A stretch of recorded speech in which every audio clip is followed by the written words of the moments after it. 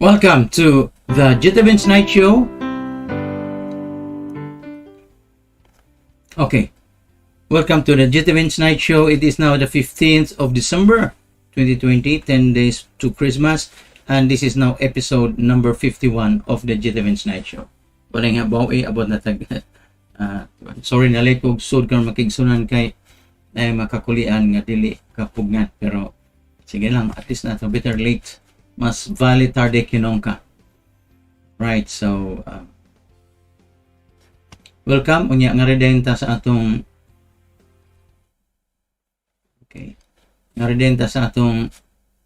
pinalangga nga updates sa coronavirus.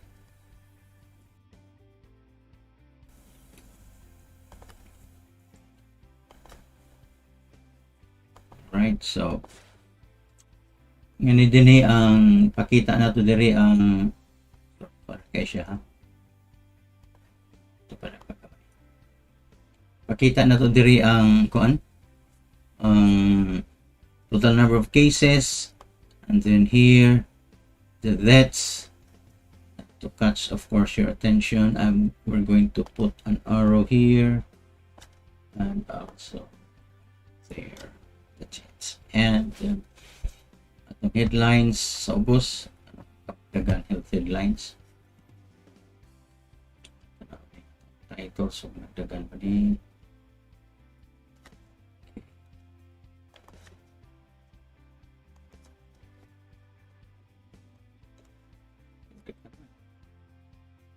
Supposedly nagdagan ka ha.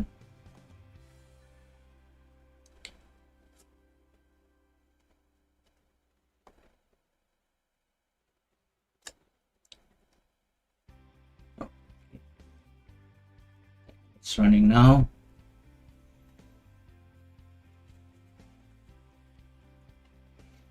All right, let's go to the global cases according to the Johns Hopkins University. The total number of global cases is almost 73 million. That's 72,991,949. 72,991,949. When global deaths 1,623,864. 1,623,864, and then ang deaths na siya. Now it's about 73 million worldwide cases in that's just 10 months, and the total number of cases is usually estimated to be times 10, so we have about 730 million cases worldwide out of a population of what, 7 billion, 7.5 worldwide. So 1.6 million cases. Can you imagine mamatay 1.6 million? Matod pa nila, this is already bigger than the total number of deaths sa World War II for the United States. Okay, yeah. United States, and cases United States is 16,520,408. 16,520,408. And remember, what did I tell you last night? That overnight, the United States will reach 300,000. So now it's 300,494 deaths in the United States. 3,494 deaths. Nga naman na eh. You know, if you're the center of technology, finance, research, science, medicine in the world, you are the, what tawag nato, you are the center of the intellectual universe. Yeah, much dyan mag 300,000, and you only have a population of 300 million. The United States population is just the same as about, the same as the population of Indonesia. Indonesia is 300 million. Okay, and the next, of course, is India with a population over 1 billion. Okay na Indonesia, India kay 1 billion population. United States 330 million naman. So India has 9.9 million cases and round of 144,000 deaths. Ang Brazil, so layo ang gap sa Brazil og sa kana about 3 million cases ang gap sa Brazil. So 6.9 million sa Brazil, ang death sa Brazil 182,000. Russia, layo ra pod ang Russia, although 1 2 3 4 ikapat ang Russia, but it's very far down the road. It's just 2.7 million cases, and deaths in Russia 400,000.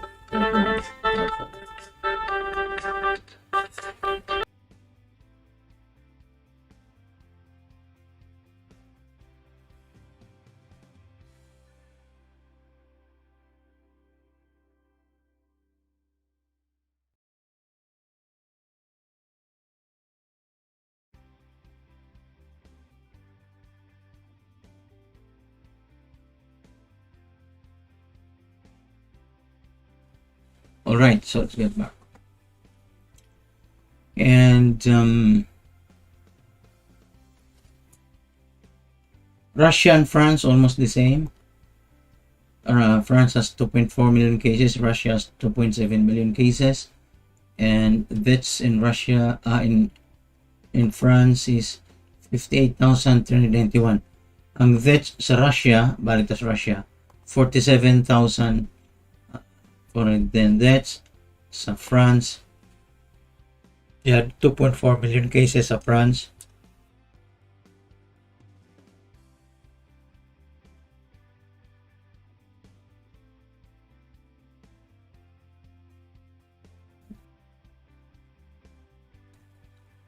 $2.4 million cases in France and deaths of 58,391. United Kingdom, 1.8 million cases, deaths 64,500. Sila. I think the Philippines has more population than UK. The UK, I think, population of the UK is about 45 million. Now let's go down to the Philippines.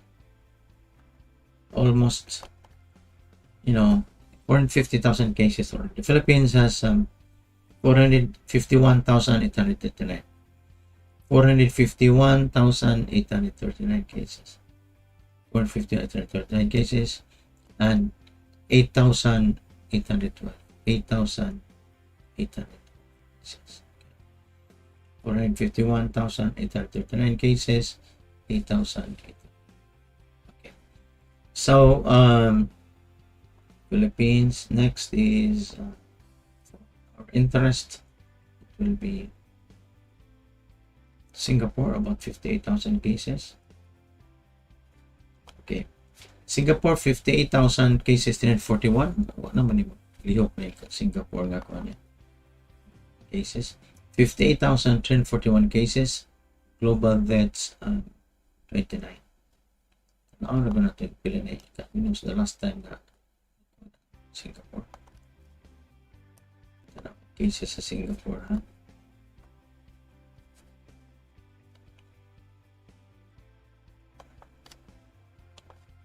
Here. Cases of Singapore is there. See? There. The arrow is there. Singapore. And when was the last time they had cases?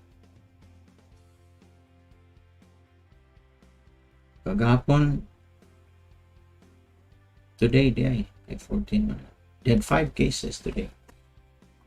5 cases today sa Singapore.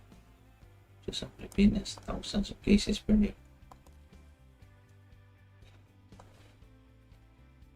Okay, next we have South Korea, 44,364 cases with exactly 600 deaths. South Korea, 44,364 cases, exactly with 600 deaths. So nagsaka ang South Korea. Ayaw ka na sa Pilipinas. Taiwan. Pasok po sa Taiwan yan.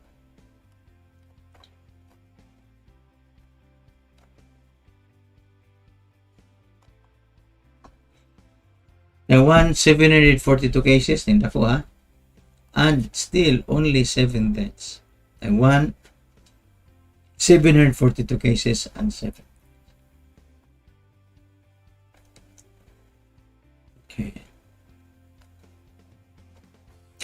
And next to that obviously is Hong Kong.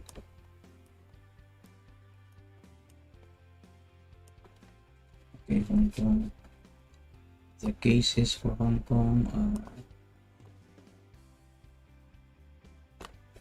Hong Kong has 7,721 cases already, and that's with daghan mag-death sa Hong Kong 120.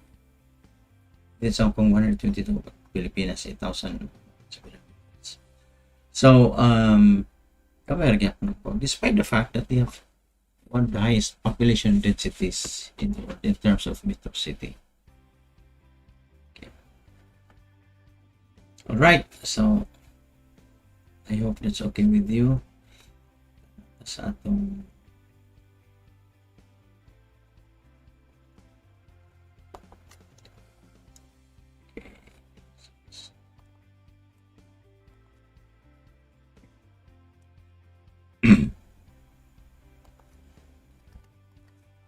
Alright, naminaw na karon si Mercy Alivio, Wilson Herrera, Sana Molina, o si Felipe Bourbon Minyosa. Salamat sa inyo.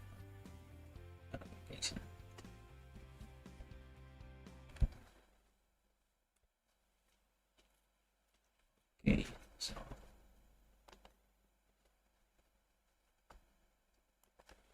pakita na ninyo. Watching karon.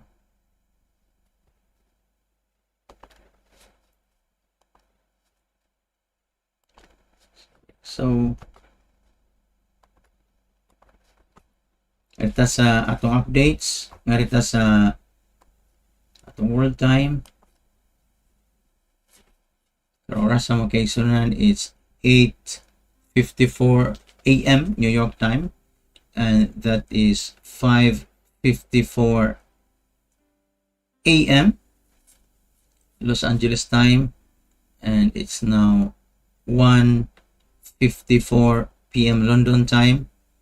Sa Tokyo obviously is 10:54 p.m.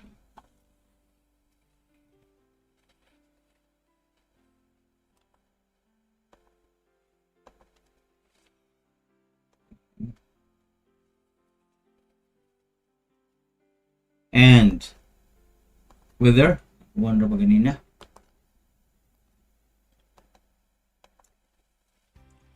Yung weather makaiksunan,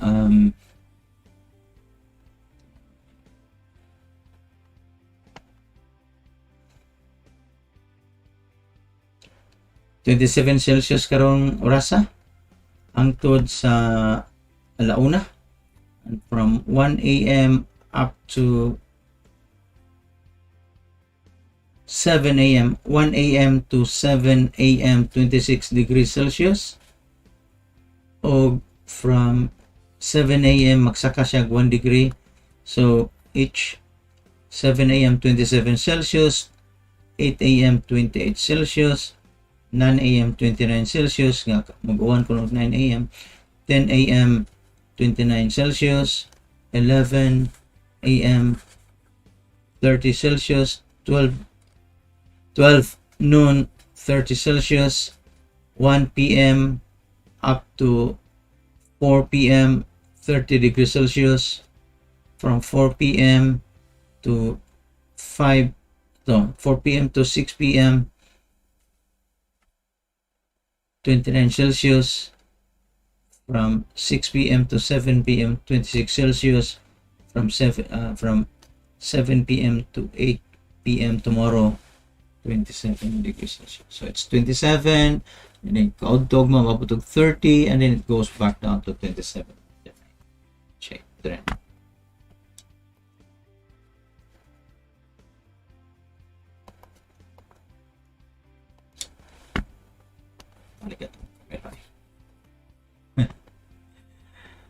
Okay.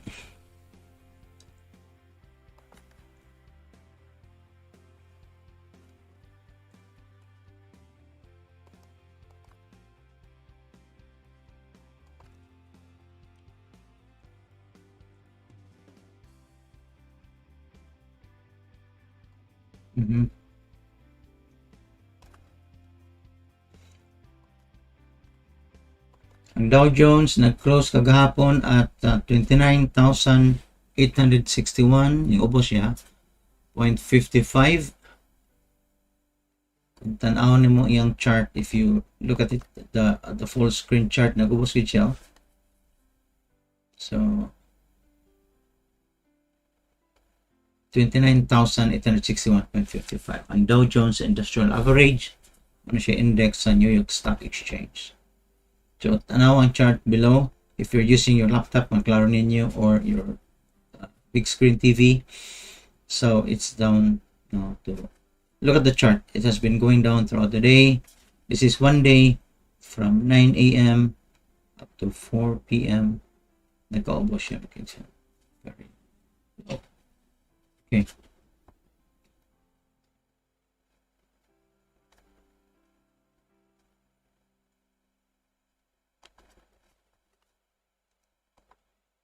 Ang gold, karong orasa, right at this minute, the trading is live.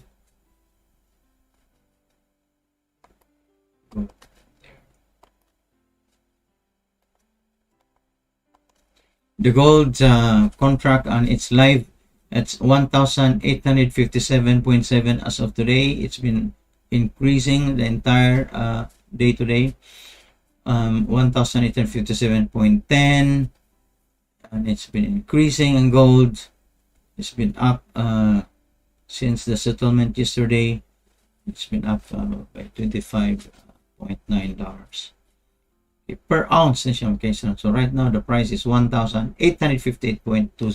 Nagbasa daw 10 seconds later, it changes already.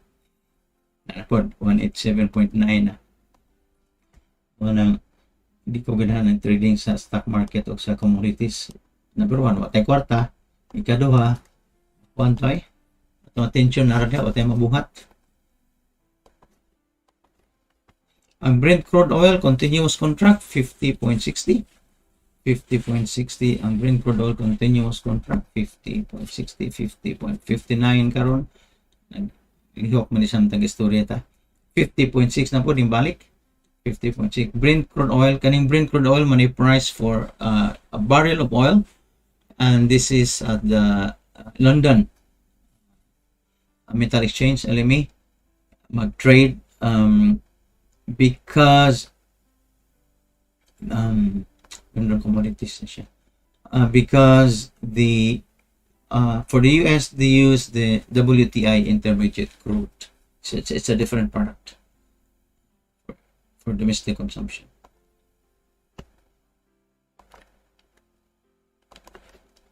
Foreign exchange for the Philippines.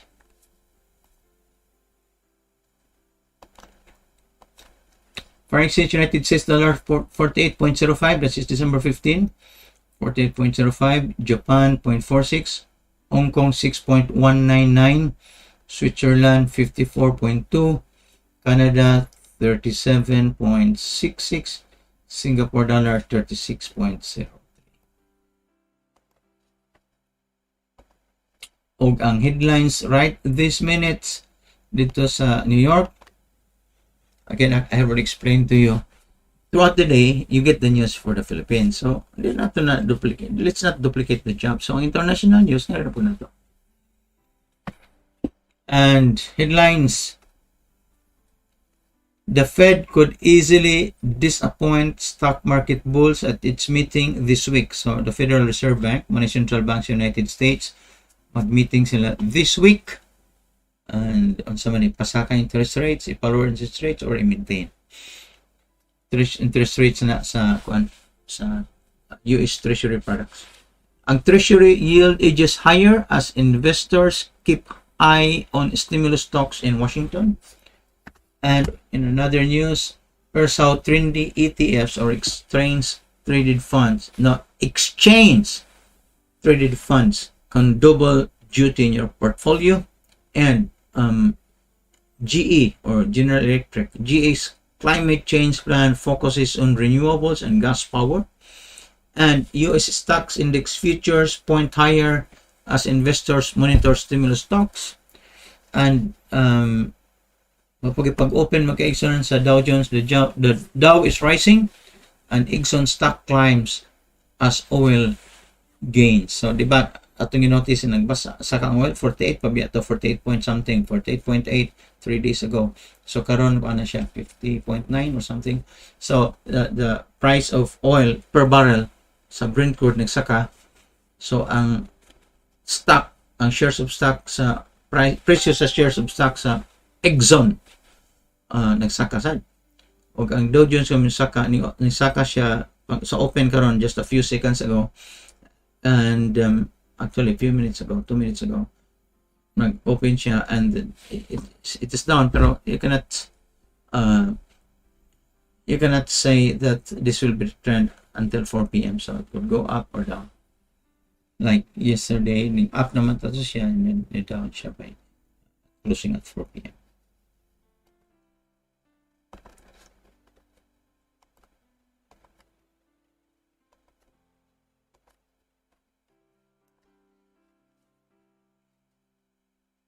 Okay.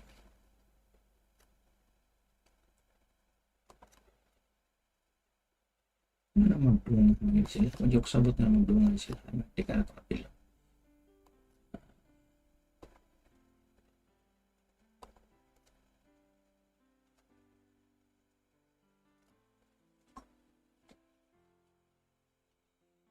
Okay, sir. Tanawa itong headlines sa bus. Kung nabasahon, kaya mag-duplicate na.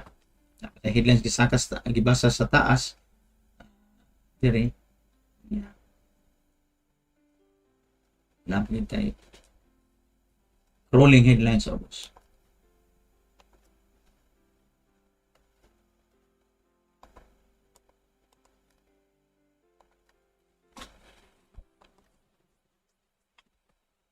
Right, so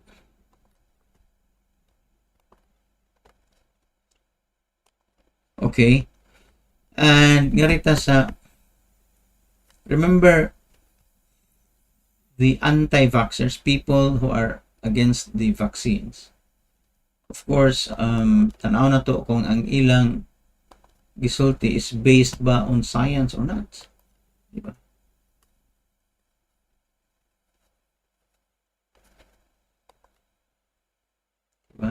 We don't know if it's based on science or not.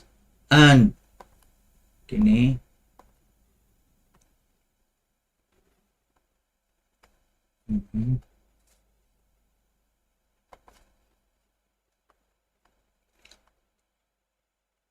but ato lang, let's try to listen, no? Let's try to listen for the anti-vaxxers, the anti-vaccine. Let's try to listen to them on silent argument so that we can really tell whether this guys make sense or not. Okay. So ato na itong discuss ang points ni Robert F. Kennedy Jr. Anak ni siya ni Robert F. Kennedy na senator nga gi-assassinate igsuon ni John F. Kennedy nga gi-assassinate. Of course, nag-una pag-assassinate si JFK, ikaduhang pag-assassinate si RFK. Yung kini siya si RFK Jr. Ang ilang giharap karon is this is the first time that we're using mRNA, messenger RNA, and the effects of mRNA are not reversible. It changes some parts of your DNA, but which part? So manay ilang giargiron ni sa ka doctor, and then also Sultiana, and then editors pa na ni Robert F. Kennedy Jr. Napapuilain, di naman po kay si Robert F. Kennedy Jr. Diba?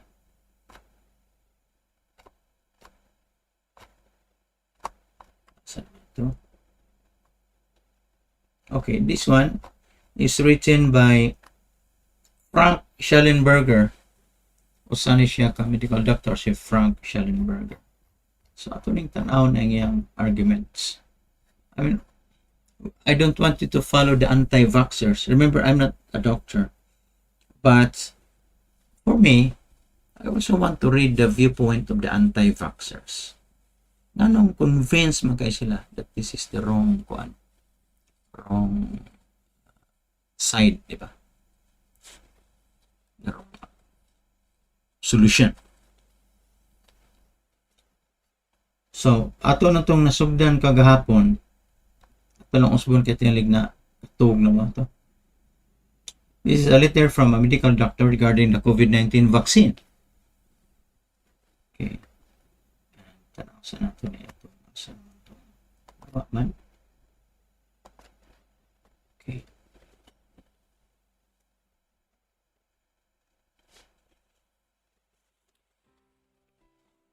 Okay, na headline sa usap skin.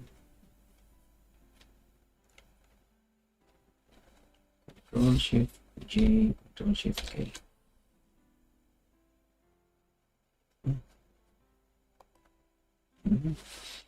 Control Shift J.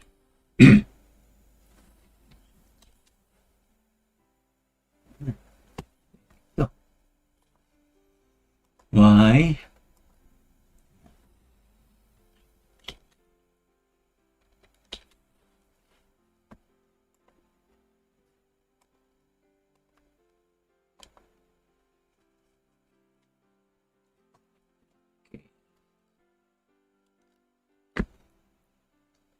So,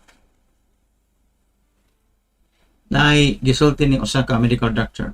Again, these are anti-vaxxers. They're not in favor of vaccination. The medical consensus is, scientific consensus is we must have this vaccine. But some people don't want the vaccine. But we want to hear. I want you to hear their side. Pero tanaw kita unsa ni ka word ilang argument, di ba? And in so doing, the issues will be highlighted for you. So when you research, okay ba mo sa inyo tanaw? So number one nga point ni Dr. Schellenberger. Number one, the COVID vaccines are mRNA, messenger RNA vaccines. mRNA vaccines are completely new. They are a completely new type of vaccine. No mRNA vaccine has ever, no mRNA vaccine has ever been licensed for human use before. Again, mRNA for humans before. In essence, we have absolutely no idea what to expect from this vaccine.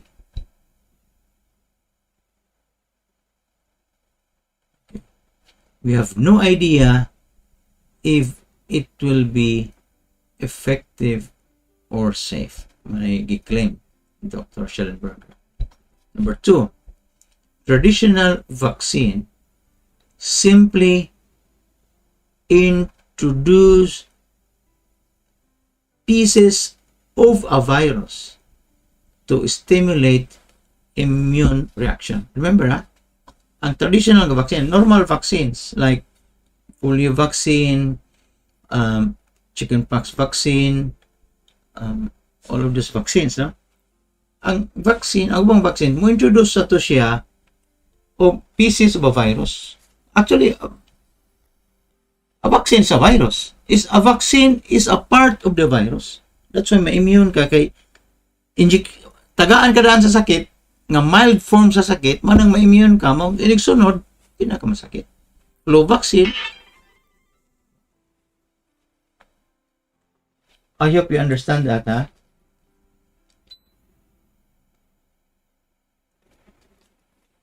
Kay, ang importante yan ang magod. Ang traditional vaccines, remember, ha? Traditional vaccines will only do one thing. Introduce a weak form of the virus itself. Manang masakit ka. Injection ng chickenpox vaccine sa una, masakit po kag chickenpox. Injection ng kag dengue vaccine, masakit sa kag dengue. But they're supposed to be the weak form of the vaccine. Mora na buhat sa vaccine. So now, on the other hand, ano problema ron? The new, this one, for the first time ever, The new mRNA vaccine is completely different. Lain ni siya. Dili na siya kay muhatag lag weak forms of vaccine. Lain ni siya. It actually injects or transfects molecules of synthetic genetic material from non-human sources into our cells. So, non-human source, example, gikan sa manok. Example na, or gikan ba sa baboy, or gikan ba sa ero, gikan ba sa ilaga. May giingon, man ni claim Dr. Schellenberger, ang mRNA vaccine, actually mo inject or mo transfect, tawag niya transfects molecules with our transfer RNA. So, ang mRNA vaccine transfects molecules of synthetic, kibuhat nga, dili natural, synthetic genetic material from non-human sources. By the way, dili lang nag-introduce siya og ang traditional vaccine, mo introduce na ka og weak forms of the vaccine. The traditional vaccine does not change your DNA or your RNA. Wala. Mura ka gipan-an ra ka og kanang weak forms of vaccine. Mura ba gitagaan ra kag baby shark. But kining bagong mRNA vaccine, unang paminaw mo ani, this is true or not, it actually injects or transfects molecules of synthetic genetic material from non-human sources into our cells. Once they are in the cells, the genetic material interacts with our transfer RNA or tRNA to make a foreign protein that supposedly teaches the body to destroy the virus being coded for. Manini istorya ron. Ang traditional vaccine, may introduce siya weak form, the body itself makes the antibodies for that for that weak form of the virus. That's the traditional vaccine. This mRNA vaccine is different. Musud siya, mo transfer siya, mag-inject siya molecules according to the Dr. Schellenberg.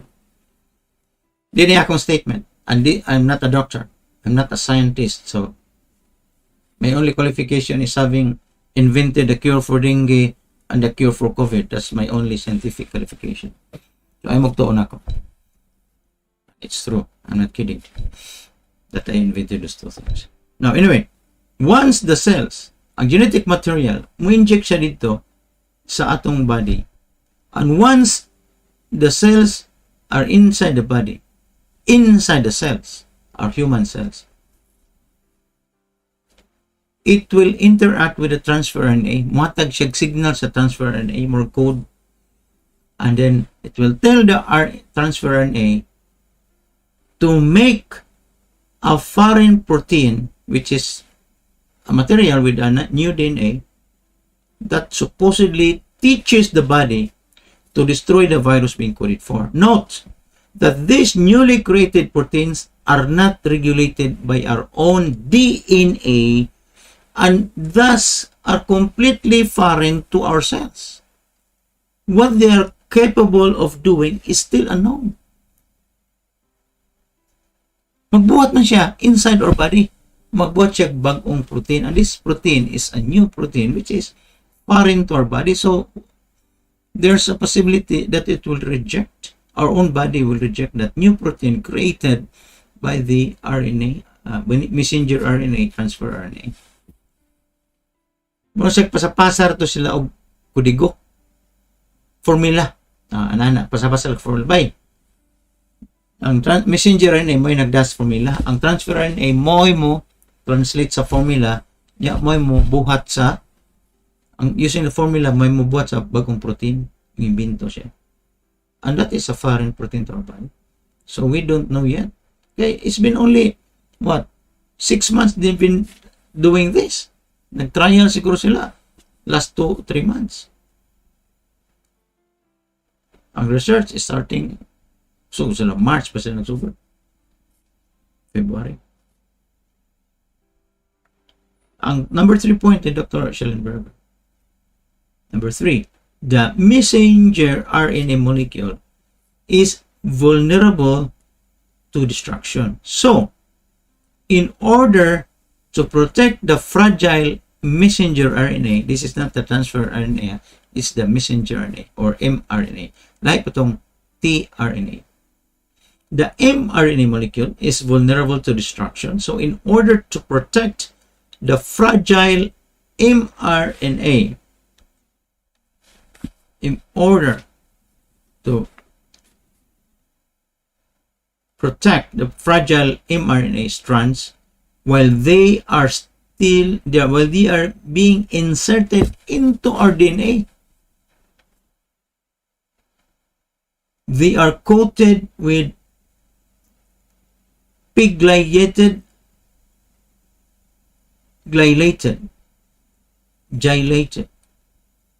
pegylated liquid nanoparticles. Gikoto na to ang mRNA kay fragile sila. This coating hides the mRNA from our immune system, which ordinarily would kill any foreign material injected into the body.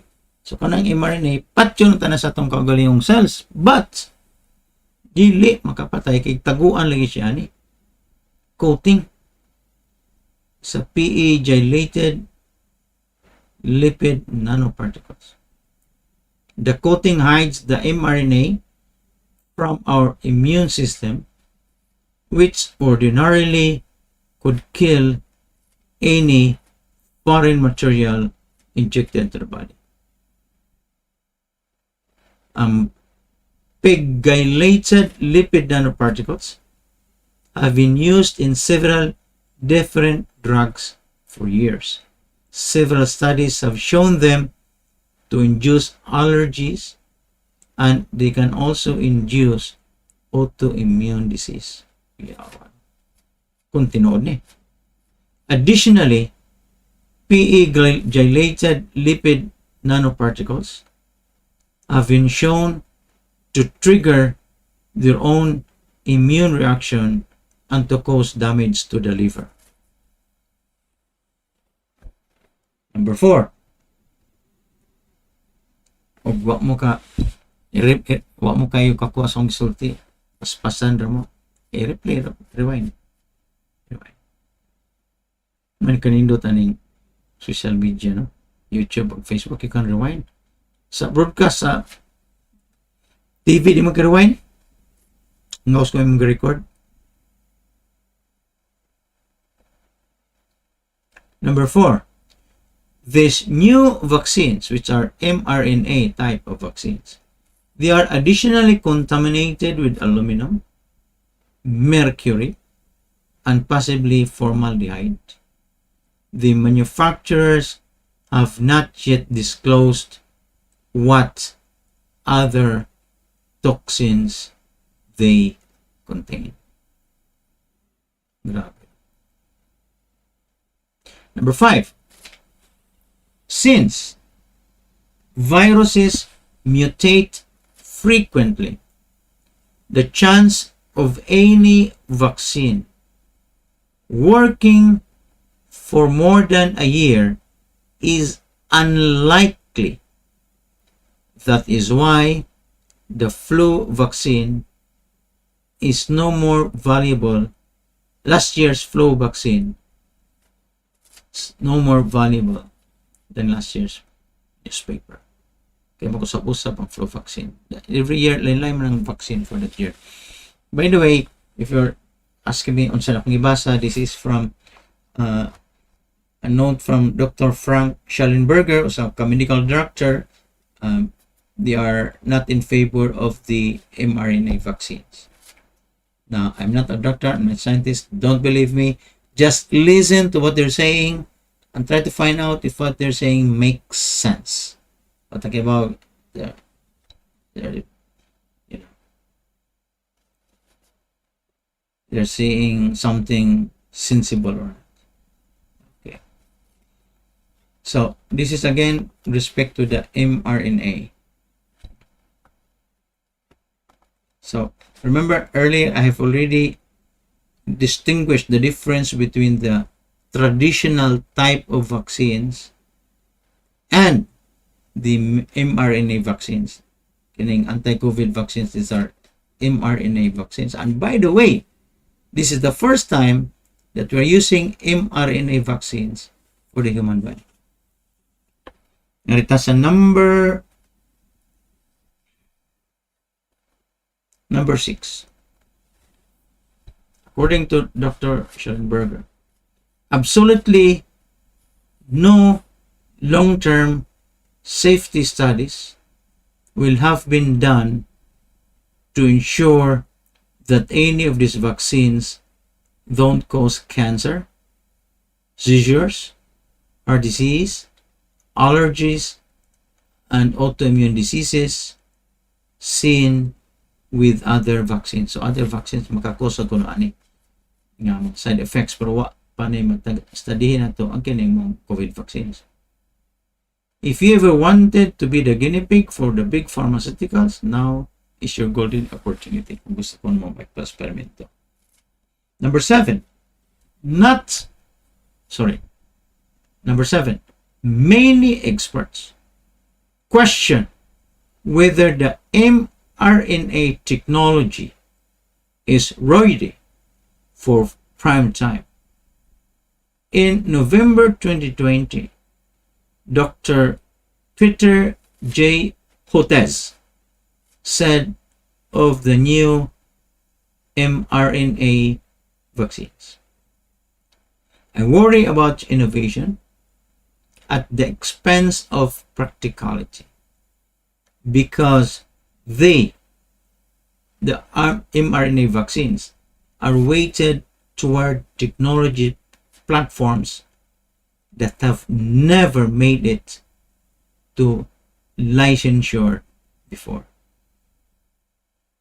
Dr. Hotez is the professor of pediatrics and molecular biology and microbiology at the Baylor College of Medicine, where he is also the director of the Texas Children's Hospital Center for Vaccine Development.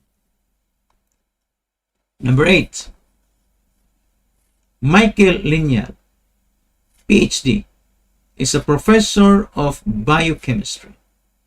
Because of her research and forecasts on COVID-19, Dr. Linyal has been widely quoted in the media.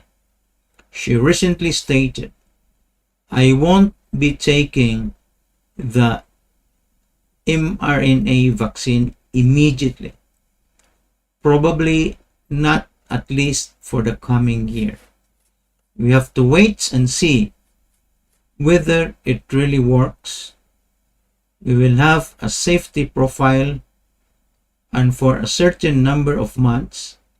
So if there is a long-term effect after 2 years, we cannot know."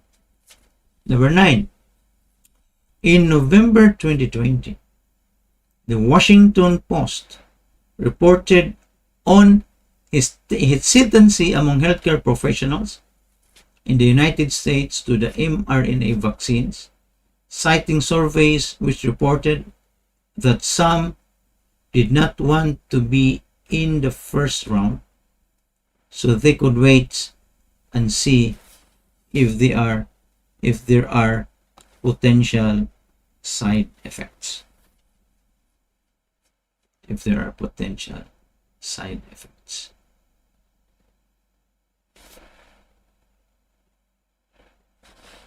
Okay. Let's change these. Okay. Mhm.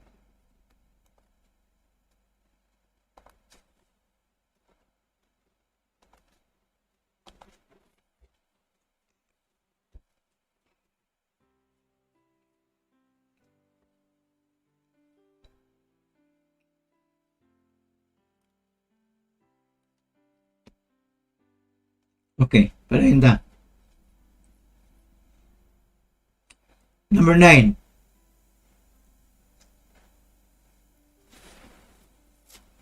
On number 10. Since the death rates from COVID resumed to the normal flu death rates way back in early September, the pandemic has been over since then. Therefore, at this point in time, no vaccine is needed. The current scare tactics regarding escalating cases is based on a PCR test that, because it exceeds 34 amplifications, has a 100% false positive rates unless it is performed between the 3rd and the 5th day after the first day of symptoms. It is therefore 100% inaccurate in people with no symptoms. This is well established in the scientific literature, by the way. Ano bang false positive sa PCR? Wa pa mong kanong no? Remember, I discussed this a few nights ago.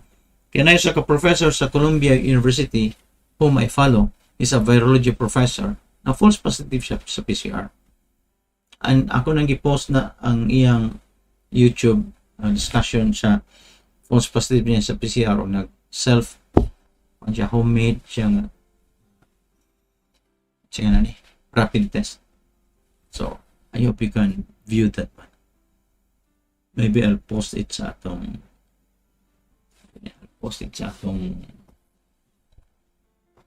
chat group. Mm-hmm. Okay. Kaya siya na false positive siya. Copy message. Ako na i-post niyo diri. Okay. Si Romy Pingon. So, din sa Romy. Hello, Rom. Sa Rom. Sa Canada, Rom.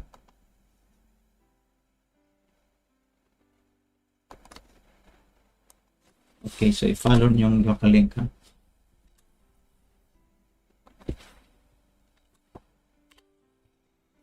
Follow niyo yung nakalink.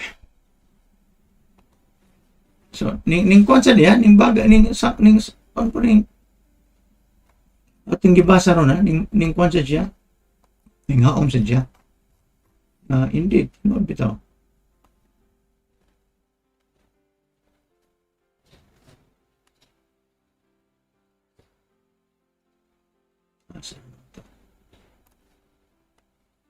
Where are you?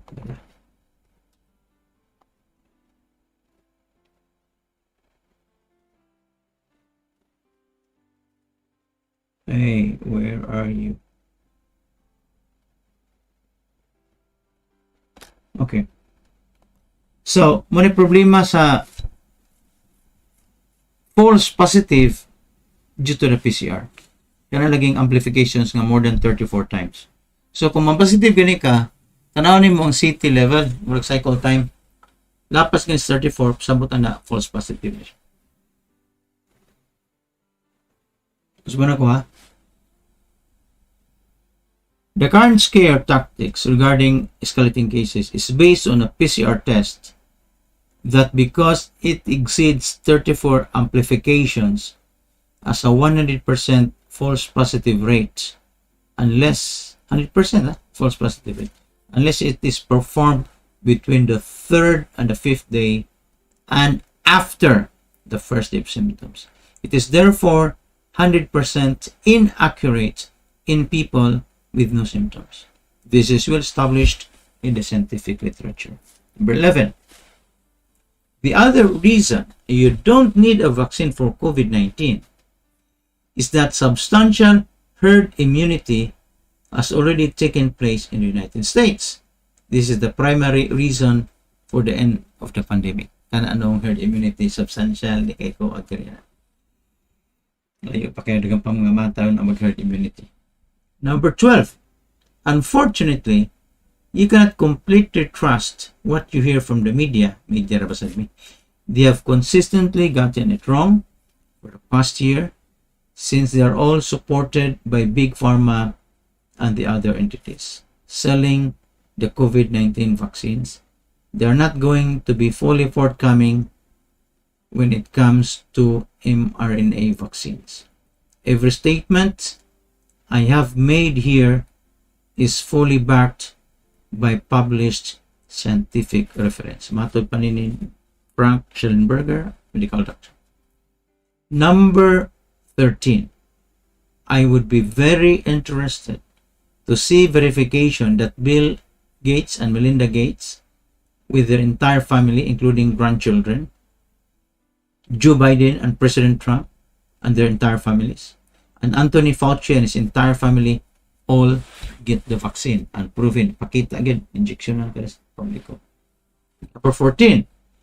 Anyone who after reading all this still wants to get injected with the mRNA vaccine should at the very least have their blood checked for COVID-19 antibodies. There is no need for a vaccine in persons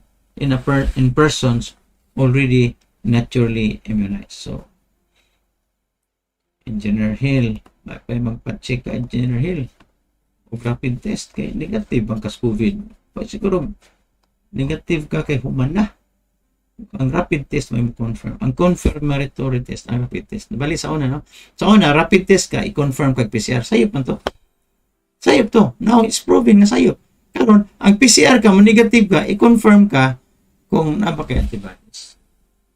So, ang PCR test, may primero nga test, ang confirmatory test, kung negative ka sa PCR, pa-confirm ka sa antibody test.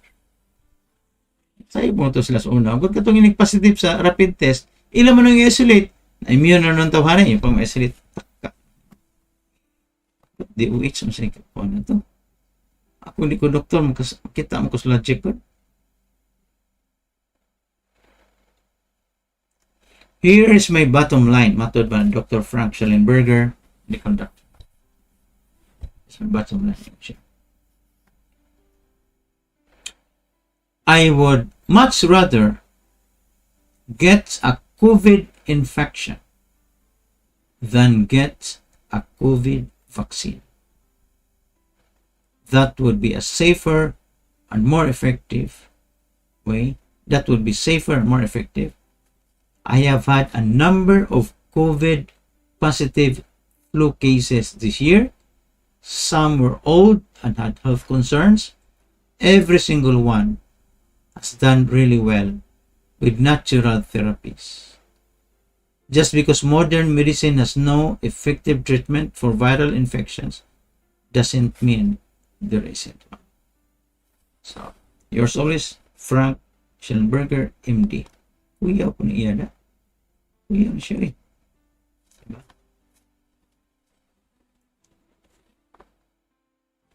So, paano niya siya? Ako iyang cellphone number gani yata.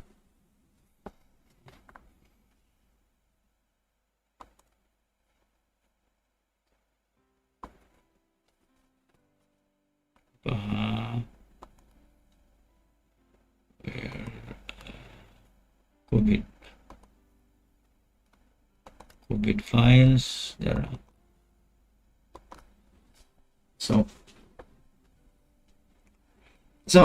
So far, I mean, you rewind what I've mentioned before.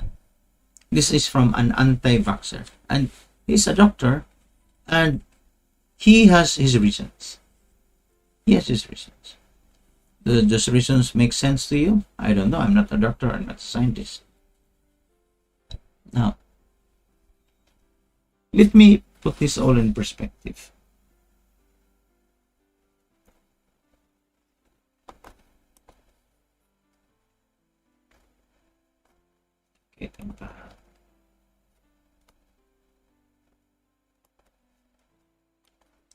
Let me put this all in perspective. Now, you know that if there's dengue, people call me. And it's invented that so-called cure for dengue, the anti-dengue solution ADSX, in 2008. So it's now 12 years. 12 years with thousands of patients. My last patient was a few days ago. My latest patient was a few days ago. 12K ang platelet. Tungod magudan ng COVID, nakalimot pa ng mga dengue na itong patients. 12K ang platelet. 6 years old. 12K. So, that night, before my program, akong ipadadaan dito, I said, drink. Na my dosage, pagkaugma, from 12K, you know what happened? 12K, it has become 24K. 100% increase in just a matter of 8 hours. 8 to 10 hours. Overnight lang. Kadlaw sila magkuha ng ilang CBC. So nakainom siguro mga 10 p.m. and then nakuhaan siguro nag 6 a.m. So that's mga 8 hours. So what have I learned after discovering, inventing the anti-dengue solution? What I learned is it's cheaper to cure than to prevent.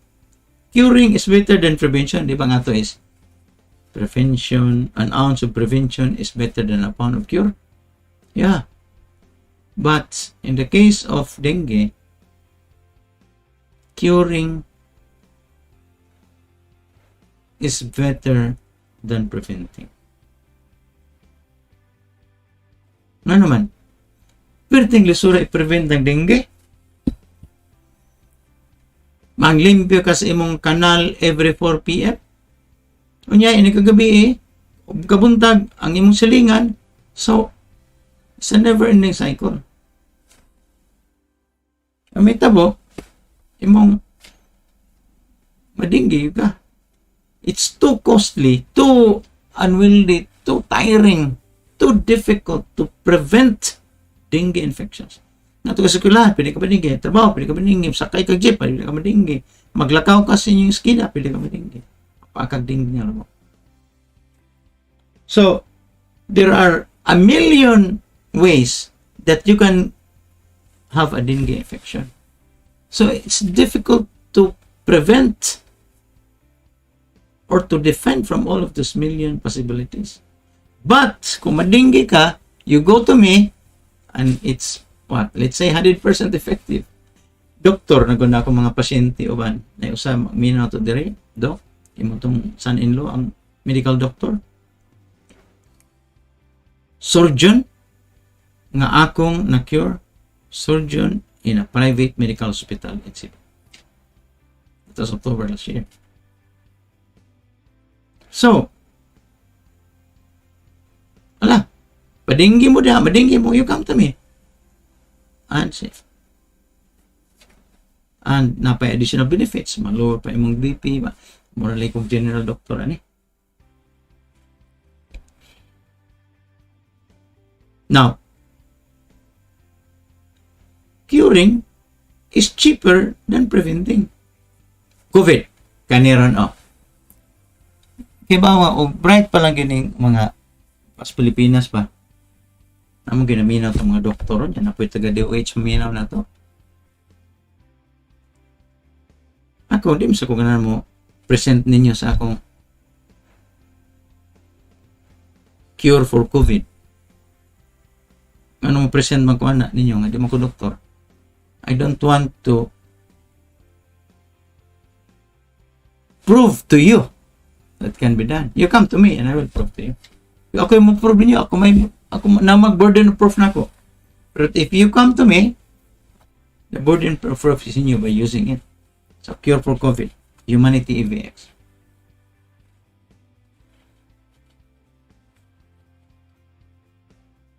How many billions and trillions lost in the Philippines alone of trying to prevent the COVID, and still now preventing, and it's still growing. We haven't controlled it. Akong solusyon na, kung naminaw pang taga-DOH, come to me. I'll cure you. Ano ba? That's, maybe it's a joke, but it's not a joke. Why? Nagkanan yung listeners karon naminaw na turon nga akong patients. So, di ta kinahanglan og i-shut down ang economy.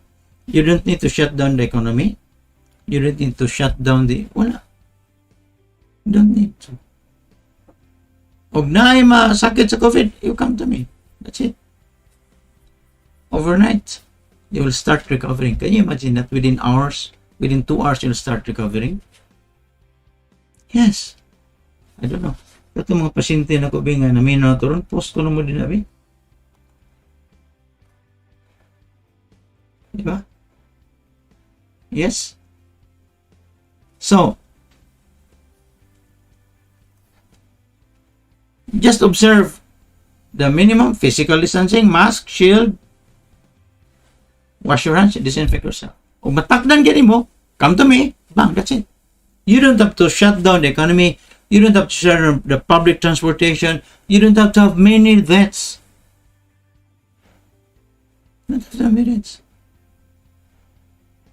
Dagan na sa akong patient, dili kay usara. Ang katong wa ma-patient nako, kay wala mo tuo, di mo sugot ang family, mo ano to ina nga disgrasya nga matay.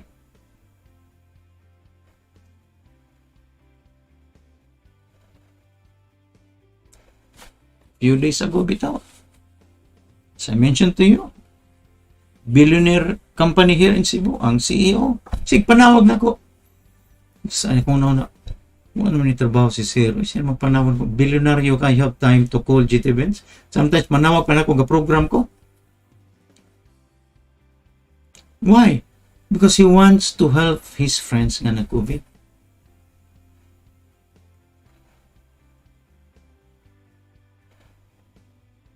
Katong nakasuway kay inig-inom. After 2 hours, mag-start na mag-recovery, especially katong one is sense of smell, sense of taste. Diba?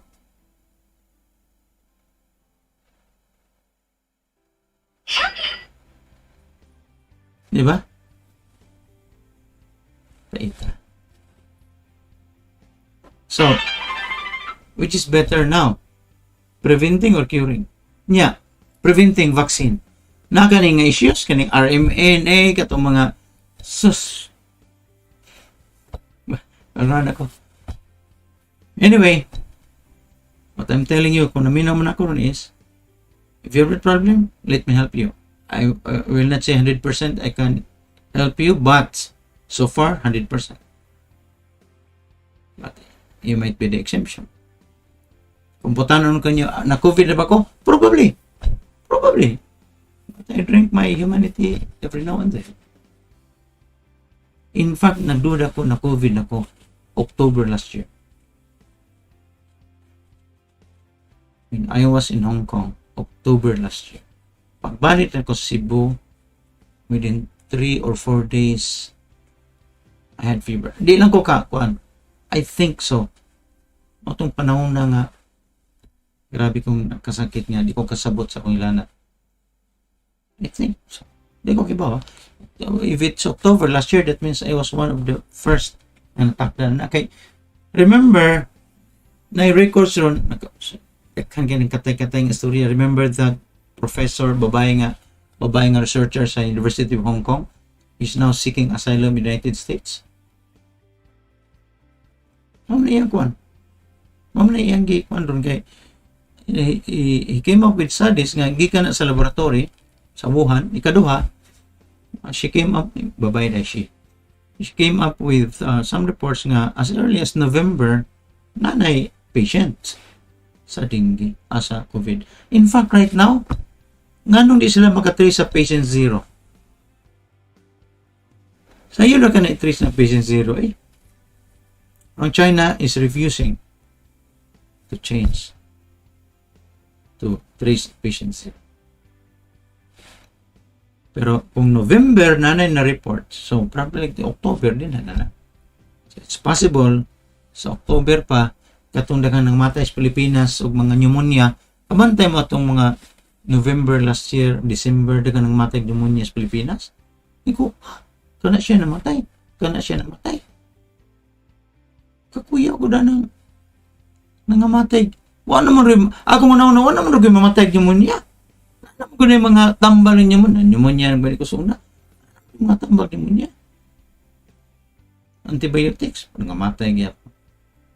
I think COVID ito. So, ako muna I think, muna nilantan ko itong October after I came back from Hong Kong. So, probably I was one of the first nga nasakit o COVID. Wa pa lang to at the time ma-identify. But, again, kung ma-COVID mo, you come to me. I can help you. Because if I have saved already about maybe 70 lives, it could be number 81. Save na ko. Uban, di naman magpaihap. Sige naman lang. Nga naman sa ning uban ron. Anyway, lahi sa nas uban ha nga. Nagpa-lower silang cholesterol. Wala kong sabot na ako Nangog ko yung usa ka patient. Millionaire siya. Multimillionaire siya. Kay sikat man din Cebu.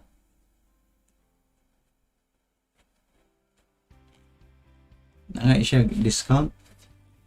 So, sir, tagan kag certain free palit ka ni certain number na kay free certain number, which is a huge number of freebie. Tapos karon kada buwan mo palit.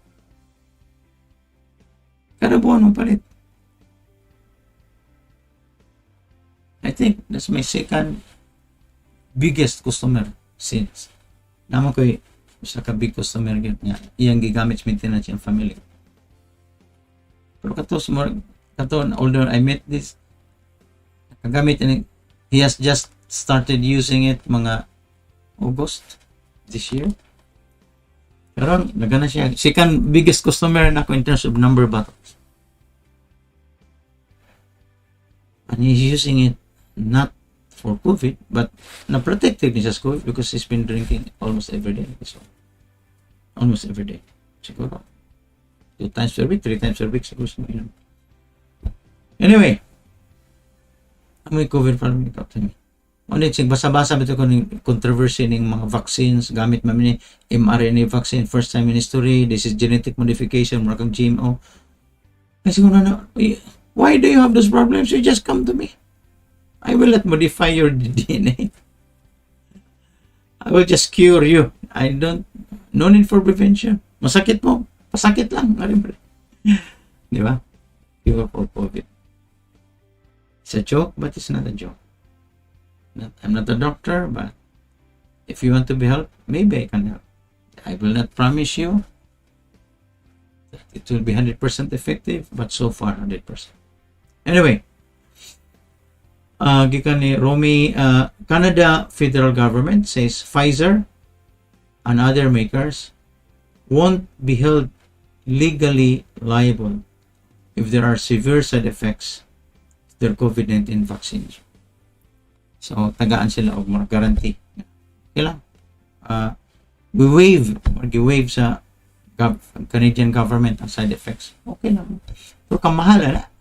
Ang yung gibayad lang sa refrigerator na, nga rin naman ako Ay mo lagi mo. Joke man yung mga joke lang Pero, ako mga pasyente, gainan ako, pa-hospital ka, na kay 1 million. 1 million per week na, ha?